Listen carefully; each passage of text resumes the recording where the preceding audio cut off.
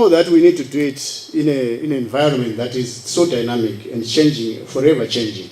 The climate change having a major role. From our perspective as FAO, in terms of food production, what we are aiming for is a small water footprint, whatever is produced. Let's use the water as most efficiently as possible. Energy as well, let's use the energy as most efficiently as possible and produce the food that we need. The good thing out of all this is that so far is that the healthy diets have a smaller water footprint. This is some of the things that we already, that there's evidence about that. And we just need to make sure that we are doing the right things, eating the right foods. We need to fresh food, which is vegetables, fruits, legumes, whole grains and pulses, less processing of those. And that's what the Asian, the subcontinent in Asia consumes a lot of this more than what happens in Southern. It's the pulses that what happens in Southern Africa.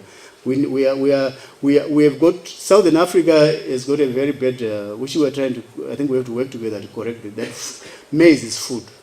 Food is maize. That is something that has to change. And hopefully, when we talk about the nexus and the efficiencies, we'll start seeing the relevance of other foods that are more important in terms of food security. Our crops, the crops that are adapted to these environments of Southern Africa, the environment of South Africa, are more resilient to whether it's pests and diseases or it's drought, which is going to happen again this year, unfortunately.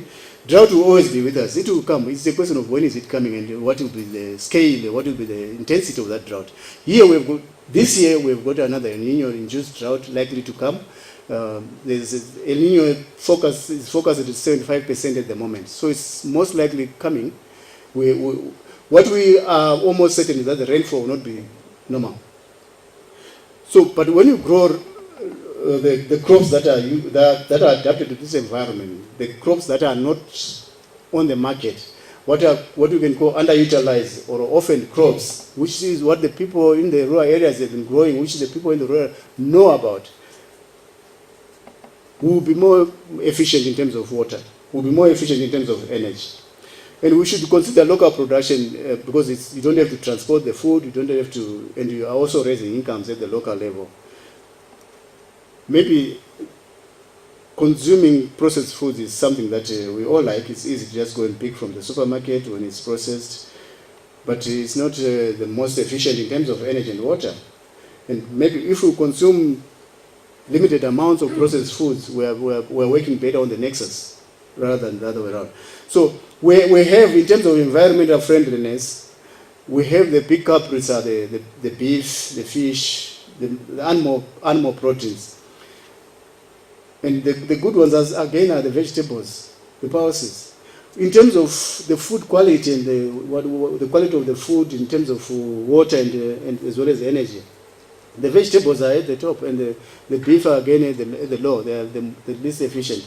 So we can contribute to the changes by changing our habits in terms of what we consume, what we demand from the farmers, and we can also help the farmers to produce what is necessary on the market. This is just to show two classes of foods in terms of their energy and water use, their energy and water consumption per serving. On the left is a group which is much lower compared to the group on the right. Just to say that the beef, producing the water and wine. Maybe the good thing is surprising. Wine and water are equal in terms of. So it's good news for Western Cape, I think. So we have all these foods and that are on the left that are more efficient. They have a less footprint in terms of energy and water. Those on the right have got a higher footprint. But what it's all saying is that we just need we can make decisions that can really make a difference in terms of what happens on the nexus, in terms of our energy, in terms of our water use. If you can just go to some of the things that FAO is involved in, is the solar irrigation, which I think is a very smart way of cutting on the greenhouse gases, and developing the rural areas where the national grid cannot always reach efficiently It's not about reaching. It can reach. It could reach, but it's not efficient to just go and put a whole grid for very sparse population. So we are looking at this solar, the solar power being a very good option that can be used. We are looking at this as a reliable, clean energy solution for agriculture, water management. We are looking, as I said, our entry point is agriculture. So investment costs for photovoltaic pumps systems are coming down economically. As more and more people buy these PV pumps, the prices are going down. Even the solar panels themselves are going down, and we can get there. We can get allows for energy access in rural areas that currently lack reliable access, where diesel and fuel is expensive as well. It improves agricultural productivity, which is our goal as FAO. We want to make sure that is increased, that is improved, and there's more food on the table. And again, cutting on greenhouse gases. So this is something that I think across the world, FAO is working, wherever we are promoting some of this, we are ensuring that we are talking about the Nexus as well. But issues start arising in how do you regulate decentralized solar power irrigation systems. You might have issues of over-pumping of groundwater in water-scarce countries. South Africa is one of them. It's one of actually one of the countries at the top in terms of water scarcity. How do we regulate the water the pumping of water from the underground water?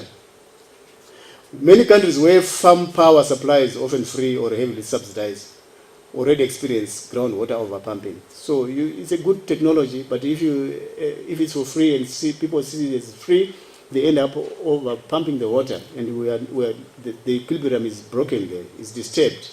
Solar pumps, which offer 2,000 to 300 to 2,500 hours a year of uninterrupted daytime free energy, could just exacerbate the problem by, in a sense, encouraging farmers to use water at will.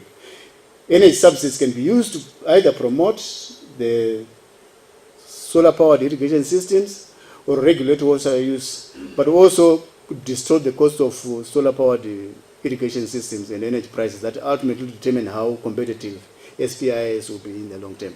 So there are policy issues here. What the point is, there are policy issues that need to be thought about depending on in the context where you are operating.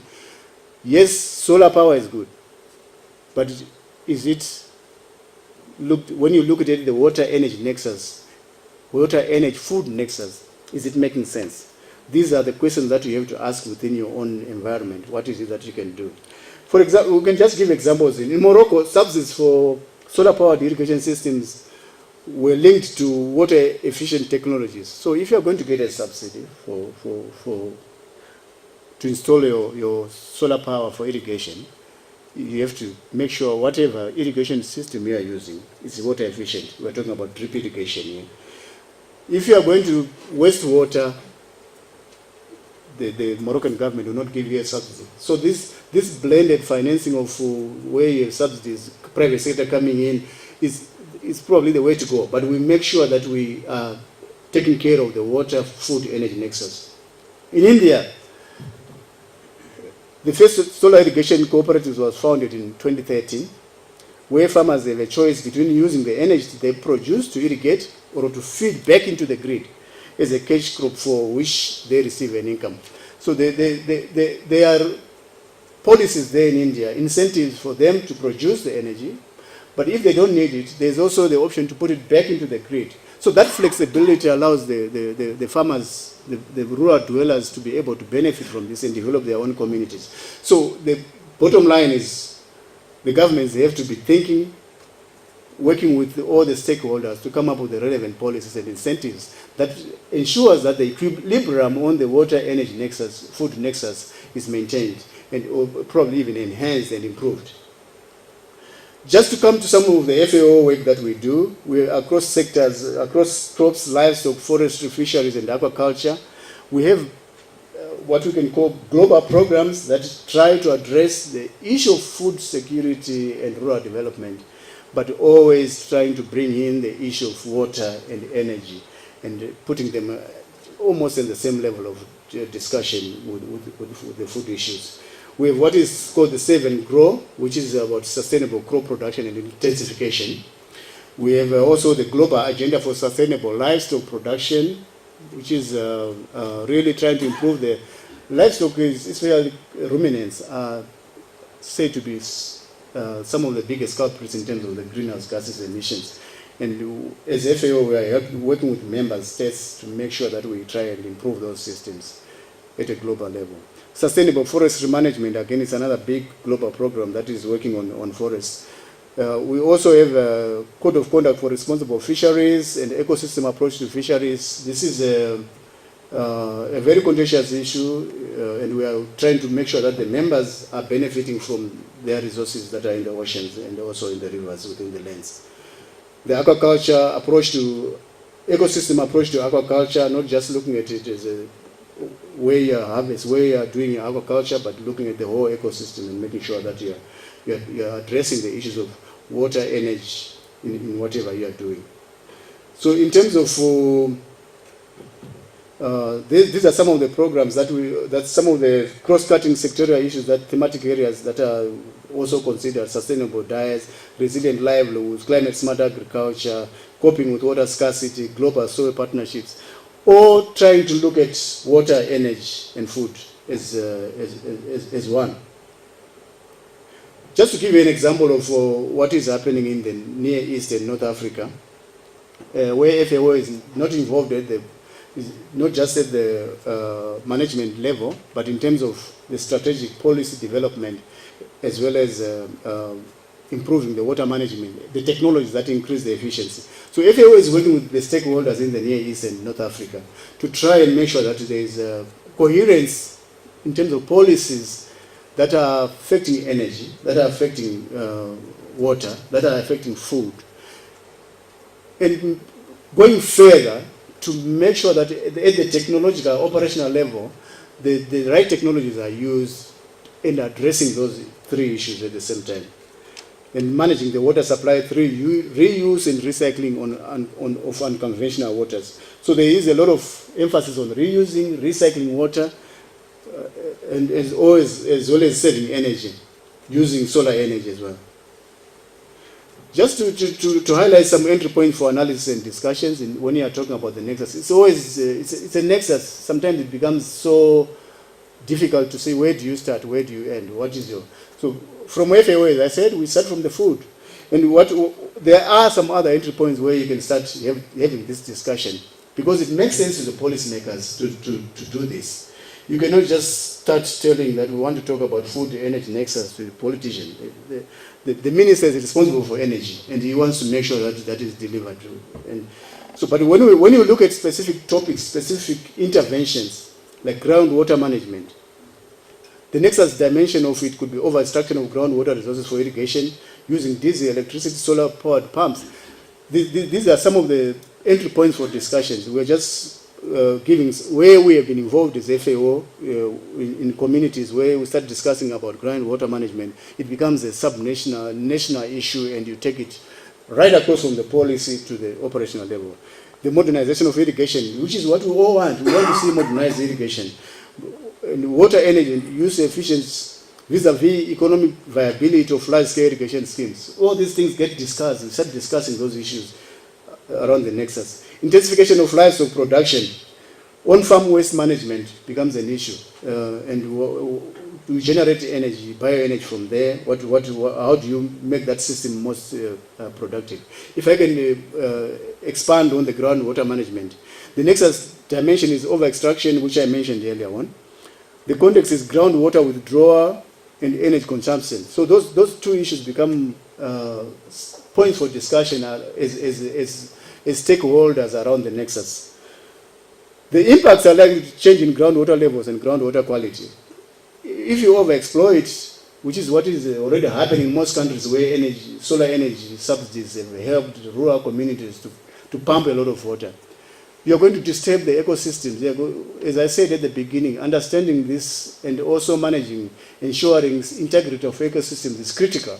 We need not to think sometimes like what Trump thinks, that we have to think about ourselves now and forget about the future. We need to think about the the ecosystem beyond where we are in terms of the fauna and flora. Energy pricing there could be impacts on energy pricing just because of how we manage our groundwater. Electricity subsidy, if you subsidize the electricity of groundwater, irrigated area per consumer over time, capital, operational and management and disposal costs for solar pumping systems, these are, whatever happens in the groundwater management started affecting these issues on pricing of energy. Importance of groundwater to agricultural production, contribution of groundwater irrigation to agriculture GDP compared to surface water, net agriculture profits after electricity subsidy, working hours saved due to access to irrigation, cost of operation pumps. So whatever we are doing on over extraction, we start discussing, we start looking at this, and greenhouse gas emissions from groundwater pumping for irrigation electricity, what is happening there. So there will be impacts right across all the issues around energy and water. So we are getting into this. We need to, Professor has already said it, we need to look at the nexus because there's increasing pressure on the resources for socio-economic development. The competing demand for energy and food and water, increasingly complex interactions between water, food and energy. As society changes, as new technologies come up, if we are not thinking about the nexus, we are going to have problems. The natural resources are stressed, and we need to see how we can think about the nexus, not just about one. Climate change is with us, and it's going to be with us. If we don't act on climate change now, we are going to have serious problems. So these are the drivers that are really pushing us to think. We have to think as around the water, food, energy nexus. Policies and development strategy is very much sector-driven. I think this is something that, to some extent, it's going to be very difficult to change the governments to the way they are doing. But I think we can start by just advocating for this, and let's not give up. Let's say it again and again. Let's change the way these sectors are planning. The sectors are coordinated.